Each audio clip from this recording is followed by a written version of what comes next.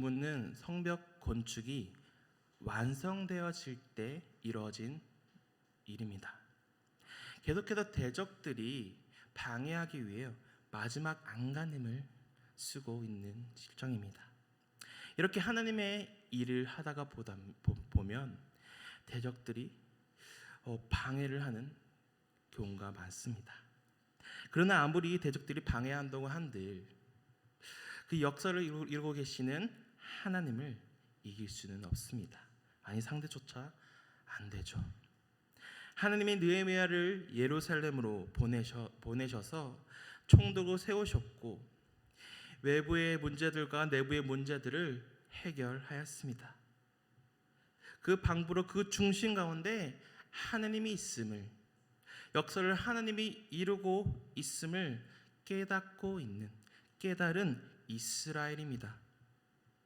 내부의 심각한 이기심으로 이웃을 향한 사랑을 저버리고 있었지만 하나님의 또 역사하심으로 그 문제를 해결하게 되었습니다. 하지만 그것으로 끝난 것이 아닙니다. 문제는 계속해서 발생합니다. 또 어떤 문제가 발생했을까요? 그것은 대적들 산발락과 도비어와 아라비아 사람 게셈과 그 나머지 원수들이 이제는 이 느헤미야를 직접 죽이려고 음모를 꾸미고 있습니다. 대적들의 위협은 끊이지 않았고 계속해서 느헤미야를 넘어뜨리려 했습니다. 그래야 그들이 생각해낸 계책은 느헤미야 바사 왕에게 반역을 꾀하고 있다고 거짓 소문을 퍼뜨리는 것과 유다인들 중에 거짓 선지자를 매수해서 느헤미야를 살해하려고 하였습니다. 이런 음모 속에서 오늘 본문을 통해 하나님의 역사를 어떻게 이루어가고 있는지 보게 됩니다. 그럼 하나님이 역사를 어떻게 이루어 가시며 또 우리의 삶 속에서도 어떻게 역사하고 있을까요? 오늘 그것을 보며 말씀 가운데 그 현장과 우리에게도 역사하심을 보기를 소망합니다. 하나님이 역사하신 첫 번째 방식은 하나님이 깨닫게 하셨습니다. 6장 12절을 보면 깨달은즉 그는 하나님께서 보내신 바가 아니라 도비야와 산발랏에게 뇌물을 받고 내게 이런 예언을 함이라. 하나님이 느헤미야를 깨닫게 하고 있습니다. 자신이 일어나고 있는 일을 하나님께서 알게 하고 계십니다. 무엇을 하나님께서 깨닫게 하고 있는 것일까요? 10절을 보면 이후에 무에다벨의 손자 들라야의 아들 스마야가 두문분출하기로 내가 그 집에 가니 그가 이르기를 그들이 너를 죽이러 올 터이니 우리가 하나님의 전으로 가서 외소 안에 머물고 그 문을 닫자 저들이 반드시 밤에 나와서 너를 죽이리라 하기로. 스마야를 하나님께서 보내신 바가 아니라는 사실을 알게 합니다. 스마야는 유다 사람으로 들라야 아들이요 무에다벨의 손자였습니다. 또한 그 산발락과 도비에게 뇌물을 받고 느헤미야를 파멸시키기 위해 거짓 예언을 하고 있습니다. 이스라엘 내부의 첩자였던 겁니다. 이 사람이 느헤미야가 피하길 바라면서 이렇게 말하고 있습니다. 10절에 내가 그 집에 가니 그가 이르기를 그들이 너를 죽이러 올 터이니 우리가 하나님의 전으로 가서 외소 안에 머물고 그 문을 닫자 저들이 반드시 밤에 와서 너를 죽이리라. 마치 이 느헤미야를 위해서 그 성전 외소 안에 대피처를 마련한 것처럼 교묘하게 말하고 있습니다. 그런데 여기서 문제가 하나 있었습니다. 바로 성전 안에 있는 이 외소가 문제였습니다. 외소는 그 성전의 지성소와 성소로 들어가는 문 바로 앞에 위치한 부분을 말합니다. 스마야는 느헤미야에게 성전 안에 있는 외소로 피하게 하려고 유혹하였습니다. 그런데 당시 예루살렘 성전은 수르바벨 때 세워진 제2차 성전이었죠. 그의 외소는 성전의 구조상 지성소 성소와 함께 성전에도 중심적인 부분으로서 벽과 문들에 의해서 내부가 차단되어졌으므로 사람의 몸을 피신시키기에는 가장 안전한 곳이었습니다. 하지만 하나님의 율법에 의하면 제사장들 외에는 평소에 아무도 성전에 들어갈 수 없도록 규정되어 있었습니다. 그 외에서 또한 마찬가지죠. 실제로 이곳은 인간적으로 봤을 때는 정말 안전한 곳이었습니다. 장소였습니다. 그러나 느헤미야는 외소에 피신하여 자신의 생명을 보존할 필요가 없다고 말하면서 이 스마야의 요청을 거절하였습니다. 그리고 느헤미야가 성전을 피신하지 않으려 한 구체적인 이유가 자기 생명을 보존하기 위해서 하나님의 율법을 어길 수 없었다는 거죠. 느헤미야가 자기의 생명을 돌보기보다는 자신에게 맡겨진 성벽 건축이라는 중대한 사명을 중단시킬 수 없었고 율법을 저버릴 수 없었기 때문에 그 일을 거절하였습니다. 그런데 놀랍게도 느헤미야가 그렇게 한 것이 결국 자신의 목숨도 구하고 율법도 지키게 되었습니다. 그렇습니다. 느헤미야는 자신의 생명보다 하나님을 더 존중하고 하나님의 말씀, 율법을 더 중요하게 생각하였던 겁니다. 느헤미야가 하나님 안에 거하고 있는 사람이기에 말씀을 지키며 하나님을 존중하기에 하나님께서 깨닫게 해주셨습니다. 이 깨달은 즉의 단어를 원어로 보면 사역의 개념입니다. 사역 동사의 개념입니다. 뭐뭐 시키다, 뭐뭐 하게 하다라는 뜻인데, 그러므로 역사를 이루시는 하나님이 느헤미야에게 깨달음을 주었다는 겁니다. 깨닫게 하셨습니다. 어찌 인간의 판단으로 수많은 문제 상황 속에서 어떻게 분별 있게 그것을 알 수 있었겠습니까? 수많은 역사의 왕들을 한번 보십시오. 정치를 보면 암살이나 이런 모함으로 인해서 죽은 왕조들이 많이 등장하지 않습니까? 정치 안에 있는 사람들, 역사들을 보면. 그런데 그런 상황에서 이 느헤미야 이스라엘이 그것을 피할 수 있게 하신 분은 하나님밖에 없습니다. 하나님의 섭리 계획 속에서 느헤미야에게 맡겨진 그 사명 붙잡고 하나님께서 깨닫게 하시게 그것을 알게 하셨습니다. 하나님이 깨닫게 하셨던 겁니다. 그런데 대적들이 왜 그렇게 이런 뇌물을 주려는 의도가 무엇이었을까요? 두 가지 효과를 노렸을 거라 봅니다. 첫 번째는 느헤미야를 거짓 예언으로 두렵게 만들어서 성전으로 피하려는 목적이 있었고, 그것은 죄악이기 때문에, 율법의 죄악이기 때문에 죄악을 범하게 하여 느헤미야 향해 있던 유다인들의 기대를 무너뜨리기 위함이었습니다. 두 번째는 유다인들 사이를 이간질함으로써 유다인들 스스로 자멸하게 하려는 의도였습니다. 이렇게 느헤미야를 대적한 사람은 여선지 노야다와 그 당시 선지자라고 자처하던 자들입니다.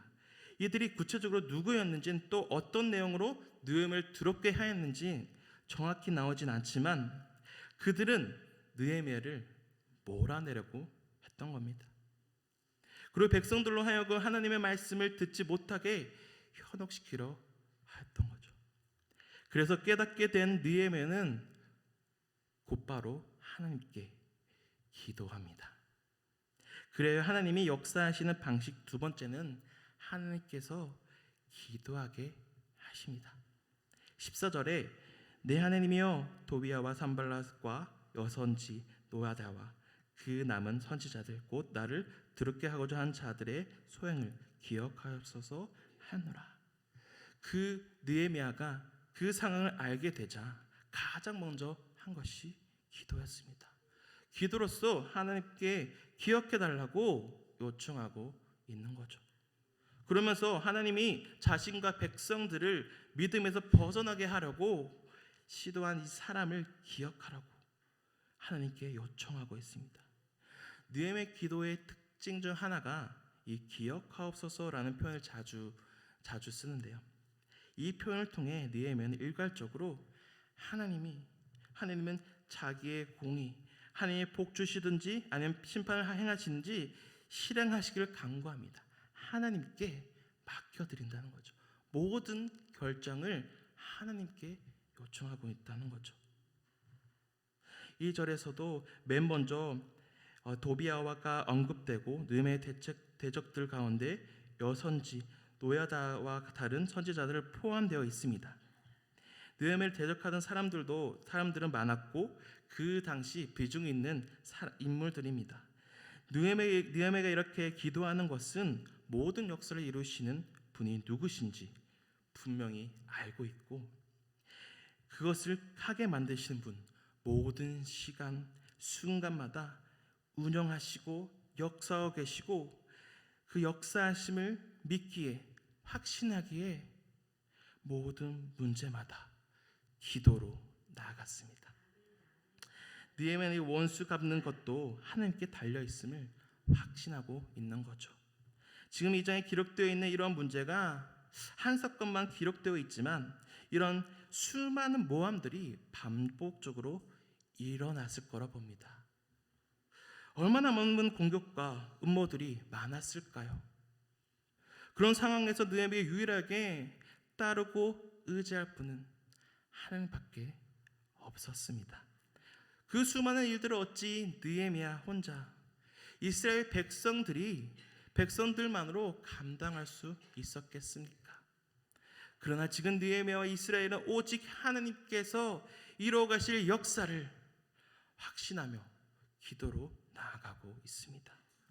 느헤미야의 기도 요청이 있고 다음 구절에는 성벽 건설이 끝났다고 기록하고 있는데요. 성벽 재건 공사가 내외의 방해에도 불구하고 이 공사를 시작한 지 52일 만에 끝이 납니다.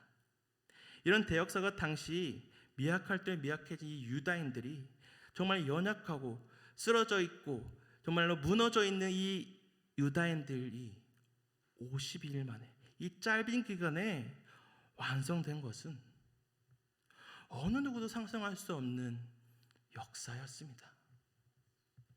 이것은 굳게 세워주신 하나님의 크신 은혜입니다.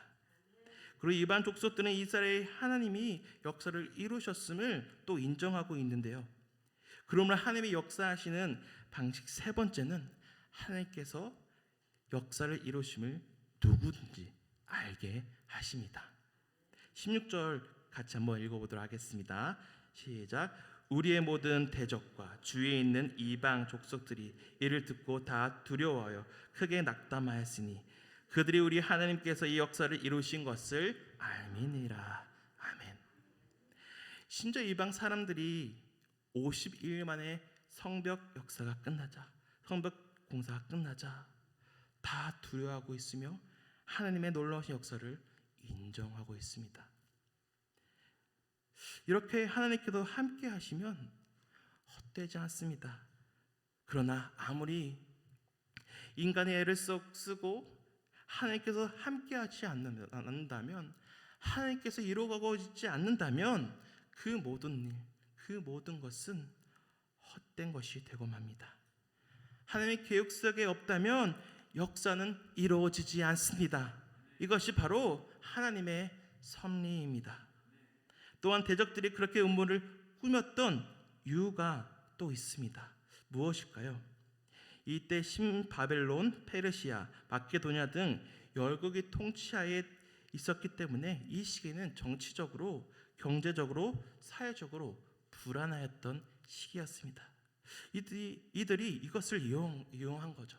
이 상황에서 반란의 음모가 페르시아까지 미치어 잘못될 경우 다시 유다가 멸족의 위기에 처하게 되는 겁니다. 산발락과 무리들의 음모는 분명히 페르시아 왕을 격분시킬 수 있었습니다. 그러나 역사를 주관하시고 이루어 가시는 분은 그들이 아니게 사람이 아니기에, 악인들이 아니기에 그런 일은 절대 일어나지 않습니다. 오히려 이방 족속들이 두려워하며 하나님을 인정하고 있지 않습니까? 모든 제독들, 이방 족속들이 두려워하며 낙담하며 하나님께서 역사를 이루고 있음을 알게 하셨습니다. 그들은 예루살렘 성벽을 건축하는 일이 하나님의 도우심으로 되셨음을 알게 하셨다는 겁니다. 그래서 그들은 하나님의 권능이 이스라엘 백성들 편에서 역사했다는 분명한 증거로 인해 두려워하고 있습니다. 특히 느헤미야를 대적하는 앞장서는 사람들이 자연스럽게 체면을 구기면서 낙담하고 있죠. 그렇게 격변한 정세 속에서 이스라엘이 느헤미야가 살아날 수 있었던 것은 하나님의 은혜였습니다. 역사를 움직이고 이루어가고 계신 분은 바로 하나님이십니다. 모함 속에서도 음모 속에서도 이렇게 52일 만에 성벽이 어떻게 완성될 수 있었겠습니까? 대적들은 이전의 모든 전략들을 포기하고 대신 느헤미야에 집중하여 느헤미야를 죽이려고 하였습니다. 제거하는 데 집중했었습니다. 이것은 공동체 전체에 대한 일반적인 공격을 느헤미야 한 사람에게 개인화했던 거죠. 일반적으로 볼 때 하나님의 역사하심은 그의 백성들에게 맡겨지는 것이기 때문에 느헤미야가 만나고 있는 그런 어려움들, 시험들이 오늘날 우리가 준비하고 있는, 대처하고 있는 많은 시험들이기도 합니다. 느헤미야는 그 상황 속에서 깨닫게 하신 하나님을 하였습니다. 그리고 느헤미야는 하나님이 깨닫게 하시고 기도하게 하시는 하나님을 믿었습니다. 그러면 지금 우리가 보고 있는 이 현재 흘러가고 있는 역사 속에서도 이루고 가고 계신 분이 누구인지를 깨닫길 바랍니다. 역사를 이루시는 분은 한 분밖에 없습니다. 바로 살아계신 여호와 하나님밖에 없습니다. 그 모든 계획 속에서 하나님을 알지 못하는 우리가 깨닫고 하나님을 알게 하신 분은 하나님이십니다. 그래서 우리는 더욱 하나님을 알지 못하는 사람에게 복음을 전하며 내 목숨보다도 하나님의 일, 하나님이 기뻐하신 일에 동참해야 할 것입니다. 이번 주 블레싱데이가 있습니다. 많은 영혼들이 올 수 있기를 내 몸과 마음을 다해 최선을 다해서 이웃에게 전해주시길 소망합니다. 하나님 모든 시간마다 순간마다 운행하고 역사하고 계십니다. 그리고 아십니까? 하나님의 계획 속에, 역사 속에, 섭리 속에 우리의 구원이 있었음을요. 우리가 어찌 이 하나님의 말씀을 깨닫고 믿을 수 있겠습니까? 우리 안에는 악한 밖에 없었던 존재들인데 우리가 어떻게 하나님이 그 아들 예수 그리스도를 십자가에 죽게 하시고 부활하신 사건을 믿을 수 있겠습니까? 그 모든 것을 믿게 하신 분은 바로 하나님이십니다. 모든 역사를 이루시는 분은 오직 한 분밖에 없습니다. 우리 여호와 하나님이십니다. 그러면 우리의 모든 삶에서 지금도 역사를 이루고 계시고 이루어 가실 하나님을 믿고 우리 삶 속에서 우리의 앞으로의 미래 속에서도 하나님을 믿으며 기도하며 깨닫게 하시는 하나님을 꼭 확신하여 삶을 살아내는 우리 성도님들 되시길 간절히 소망합니다. 이상 421장 내가 예수 믿고서